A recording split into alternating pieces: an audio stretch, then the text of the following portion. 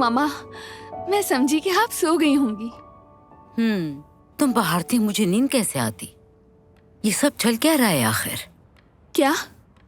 खुदा के लिए मेरे सब्र का इम्तिहान लेना बंद करो। तुम्हारी सारी दोस्तें कब की घर पहुंच चुकी हैं। मार्क का फोन आया था, तुम्हारा पूछ रहा था। ये सब क्या चल रहा है आखिर? मम्मा, आप यहाँ आए। क्या है? मम्मा, लगता है मुझे मोहब्बत हो गई है। क्या मतलब तुम्हारा? मतलब कि मोहब्बत हो गई है। बस आप परेशान मत होना, वो बहुत ही अच्छा है।